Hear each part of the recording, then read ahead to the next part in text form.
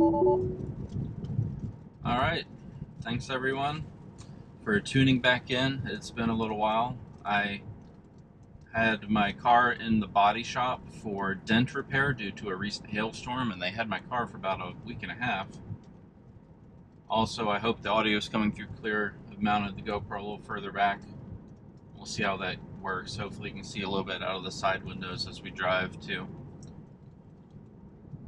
And I did just upgrade to 12.5.2.1, I believe.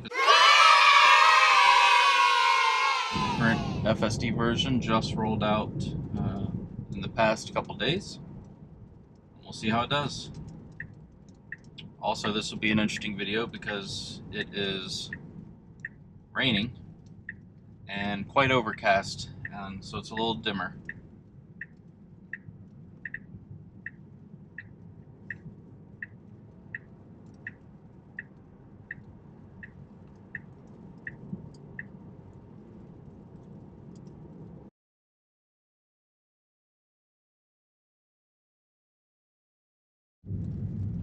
I'll tell you one thing, I've seen a lot more Teslas lately. They're definitely becoming more popular here in the Richmond area.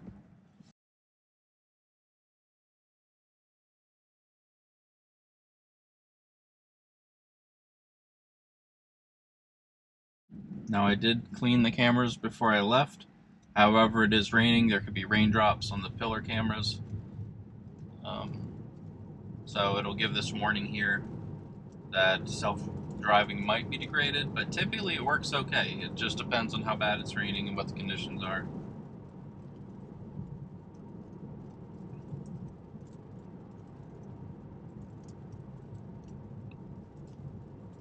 Also, you'll notice I've set my speed offset back down to something like 12, 13, 14%.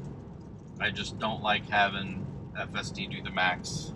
Maybe I'm alone in that. Comment below. Do you like setting it to automatic? I just find that it's a little too aggressive.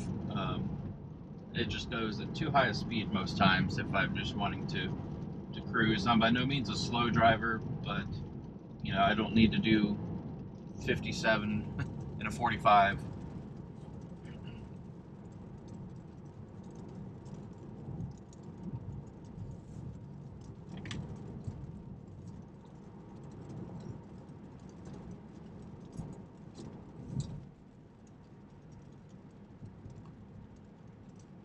Let's see what okay. If you've been following my channel for a while, you know in FSD 12.3 I used to use the assertive driving profile with minimal lane changes, and that was because 12.3 was a much more hesitant system. 12.5, of course, is much more, you could say confident, you could say assertive, but being being what it is, I now drive with a chill driving profile on the norm.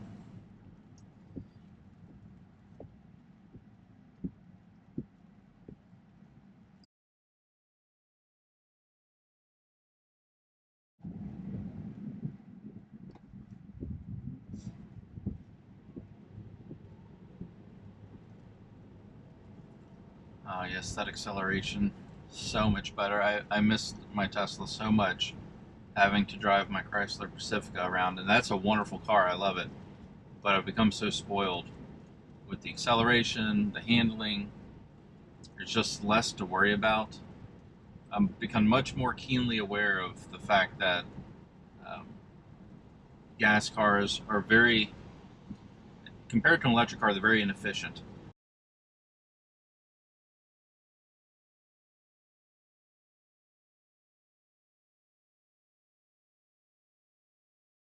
Think about all the things you have in a gas car that you don't have in an electric vehicle. You have a radiator and radiator fluid to take heat away from the engine, because the engine produces an enormous amount of heat from a combustion engine. And that's a system you just don't need in an electric car. Now, the battery does have a conditioning system. Sometimes when you plug up your car, your Tesla, you can hear some fans or some AC. I don't know what it is exactly, how it works, but I know the battery has a conditioning system. Obviously, it's got a heater because it'll tell you that it's warming up the batteries if you're supercharging. But also, I do believe there is some cooling for the battery too. So those systems exist. but overall, there's not a radiator. And here's another thing: gas cars, combustion engines deal with a lot of high pressures.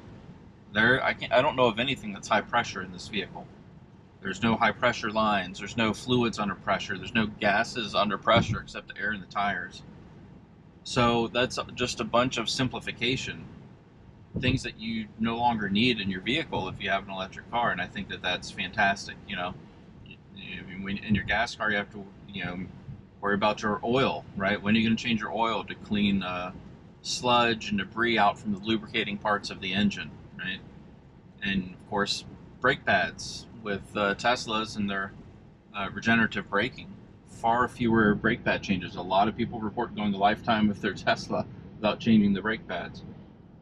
There's no there's no transmission, right? It's just one electric motor, no radiator, and again, and even like there's no master cylinder for braking, right? Because it's all electric. So that's great. And then you got the Cybertruck, which I have not driven, but even that's got steer-by-wire. I should check. I don't know. I said there's no master, and there's not. There's not a master cylinder or anything I'm aware of in Teslas, but I do wonder what's different with the steer-by-wire versus this. Maybe this is an electrically assisted steering, but you still have to do the full revolution versus the steer-by-wire, where they calibrate it to where a quarter turn does a full wheel. It does like your tightest turning radius. That's interesting. I bet that feels pretty strange. Anyways, rant over.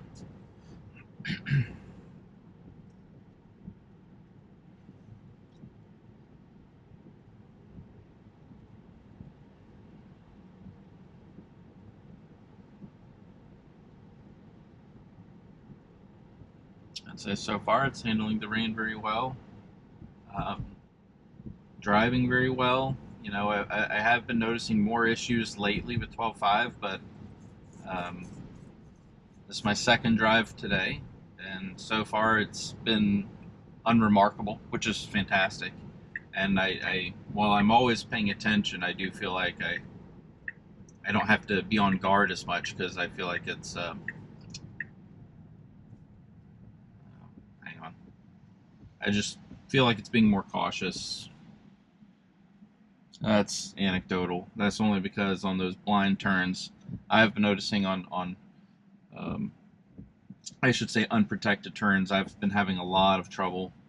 I haven't done any unprotected turns today, but we'll get to those in some upcoming videos, and we'll see how 12.5 2.1 performs.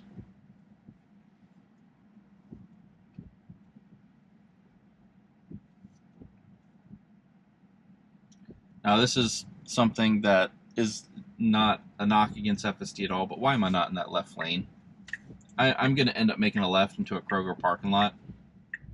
It just would have made much more sense to be in that lane. I don't know why it's sticking in this lane. I don't have minimal lane changes on, although with the chill driving profile, I do think it reduces the amount of lane changes. So, and like this, so because I wasn't in that far turning lane, now I have to go over 2 lanes. Like that kind of decision, it'd be much better if they start incorporating some of that, like planning ahead for navigation.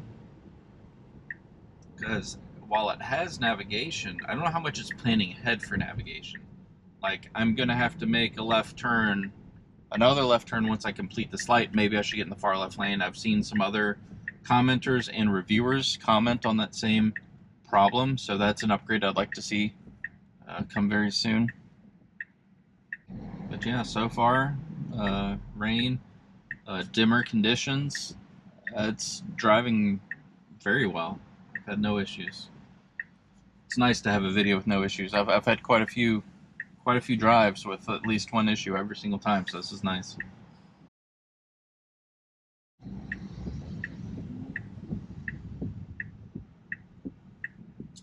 That brings up something interesting. I might start adding a Tesla counter on my videos to start pointing out every Tesla I see, like there's one in the parking lot over there. Maybe keep a running tally for every video. That might be kind of fun.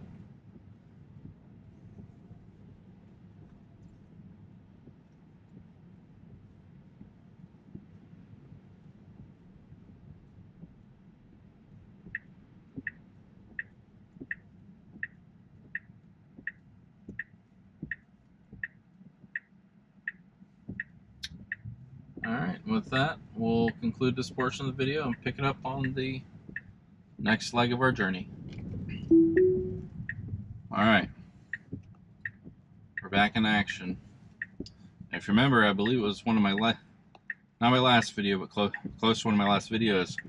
This was the intersection where I was in this lane and it went straight through unexpectedly and cut off some cars, so which it's only ever done once. I've been at this intersection many times, so let's see what happens.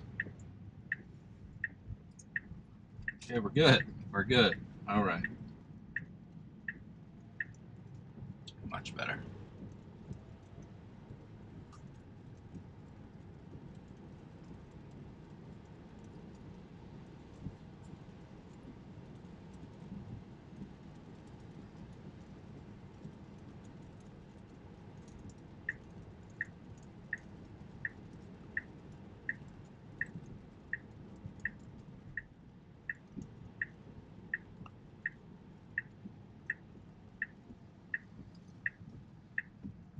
Wow. Cops are busting someone.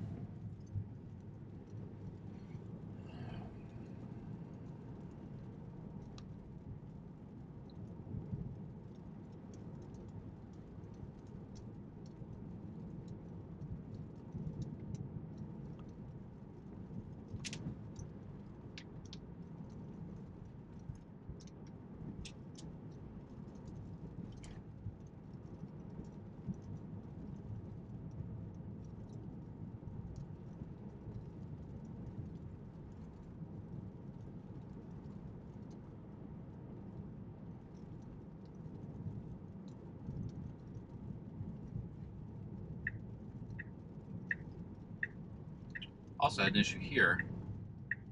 That's good. The car's not freaking out, but it tried to go in that turn lane once. Thinking it was like a turn lane for this turn. Nice to see that that's been fixed, or at least I haven't had that issue since. And here we go.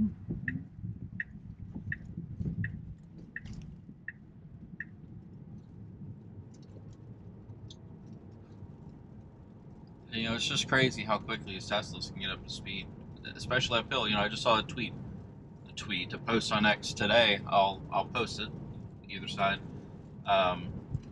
PepsiCo has like something like 59 Tesla semis, I think, or more, and the drivers prefer to drive it. Like, they don't want to go back to driving their diesel trucks anymore. They want to continue to drive the Tesla semis, and the benefits are obviously the torque. They can handle more weight. They can accelerate much better under load. They handle hills better. So it's just fantastic. So good work, Tesla team. We have a green arrow here, and I'm gonna push it through. I don't know why I was hesitating a little too much there. I had someone behind me. I've had issues before where it'll come to a complete stop when there's both a red light and a green arrow. That was in another one of my videos. I felt like it was going to stop there. It was definitely slowing way down, and there was someone behind me, and I just gave a little acceleration to get through.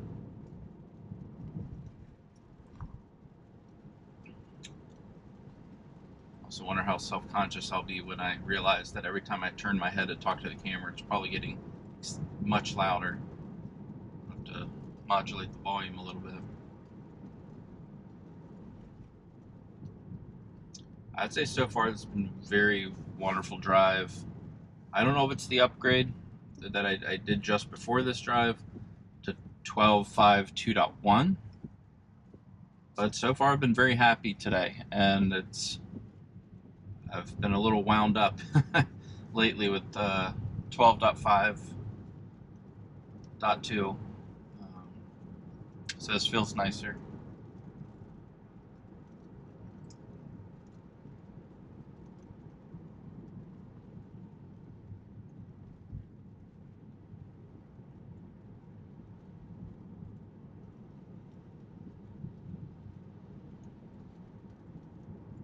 You know, I'll save a clip, because now that I've moved the camera back, it might be harder to tell what the lights are doing as I approach.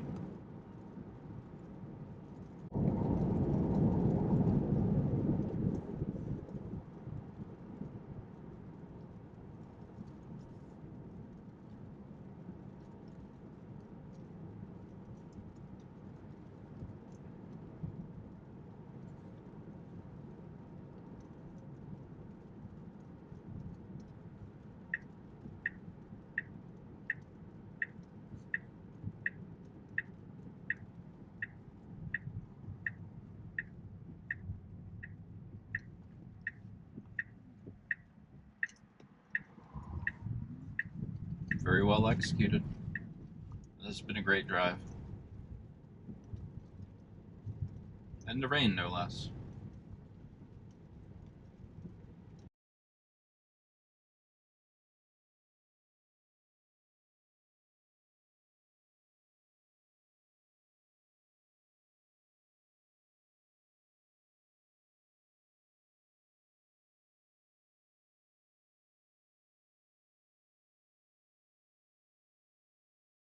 I guess the last thing I'll point out before this drive is over is that maybe they've improved the eye tracking a little bit, because I feel like every drive I've had, and even other reviewers that I watch on YouTube, sooner or later it starts glowing blue at the top, warning to pay attention. Like, they needed to improve the eye tracking a little bit.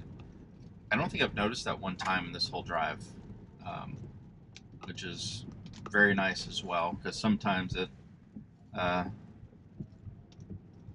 says, hey, keep your eyes on the road, and I'm staring at the road and I don't know why. So it's just nice, because you don't want to get strikes against you and then lose your privilege to use full self-driving for a while.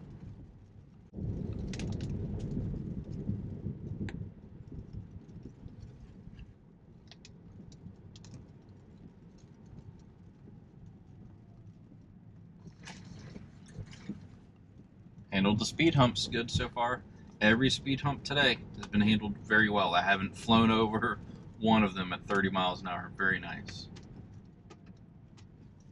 Sometimes it stops too much here. Ooh, okay, it did good. I felt it like it was turning, and then I felt the wheels go this way briefly, and then it started turning again. That was interesting.